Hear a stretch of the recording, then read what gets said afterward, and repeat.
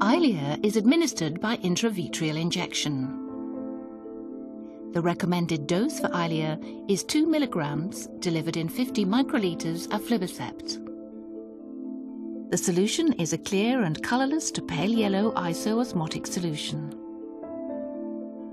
Inspect Eylea prior to use. Do not use the vial if particulates, cloudiness or discoloration are visible. The vial is for single use only.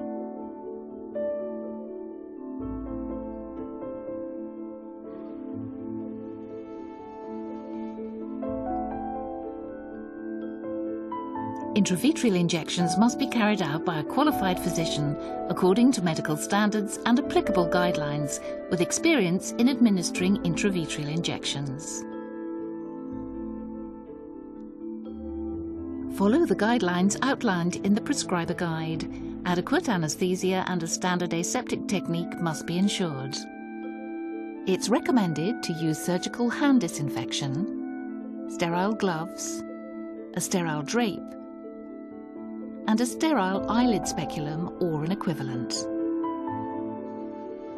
Use a syringe for applying povidone, a sterile caliper, sterile cotton-tipped applicators, cotton swabs and 4x4 sterile pads, saline solution and povidone iodine. Remove Eylea from the refrigerator. The vial should be refrigerated until just prior to injection. It should never be frozen, exposed to direct sunlight, reused between patients, or used beyond the expiration date. Please note the pack shown is an example. The actual package may differ. A 30-gauge half-inch injection needle for the intravitreal injection should be used. To prepare Eylea for injection, aseptic techniques should be used.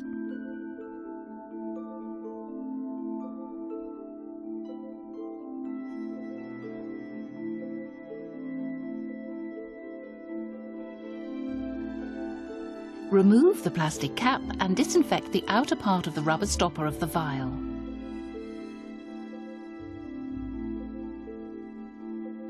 Attach the 18-gauge 5-micron filter needle supplied in the carton to a 1 milliliter sterile Luer lock syringe. Push the filter needle into the center of the vial stopper until the needle is completely inserted into the vial and the tip touches the bottom or bottom edge of the vial. Withdraw all the Eylea vial contents into the syringe, keeping the vial in an upright position, slightly inclined to ease complete withdrawal. To deter the introduction of air, ensure the bevel of the filter needle is submerged into the liquid. Continue to tilt the vial during withdrawal, keeping the bevel of the filter needle submerged in the liquid. Ensure that the plunger rod is drawn sufficiently back when emptying the vial in order to completely empty the filter needle.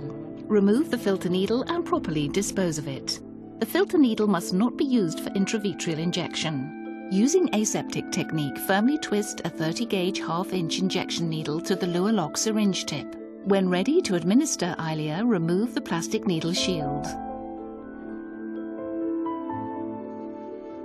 Hold the syringe with the needle pointing up and check the syringe for bubbles. If there are bubbles, gently tap the syringe with your finger until the bubbles rise to the top. Eliminate all bubbles and expel excess drug by slowly depressing the plunger so that the plunger tip aligns with the line that marks 0.05 milliliter on the syringe.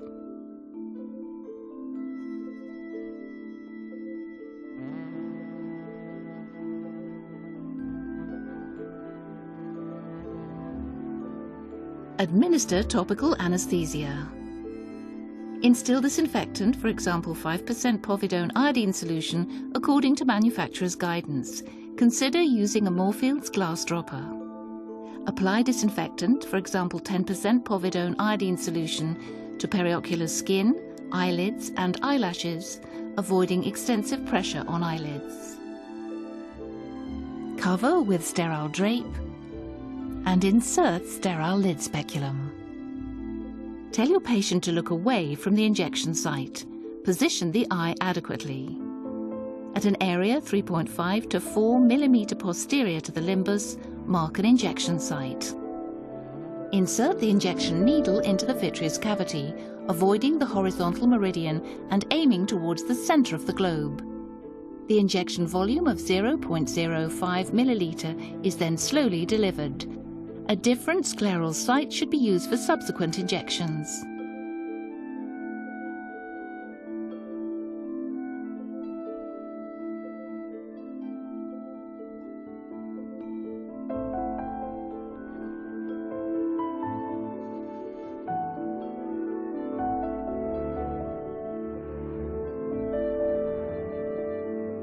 Dispose any unused medicinal product or waste material in accordance with local requirements. Evaluate vision immediately after injection with hand movement or finger counting.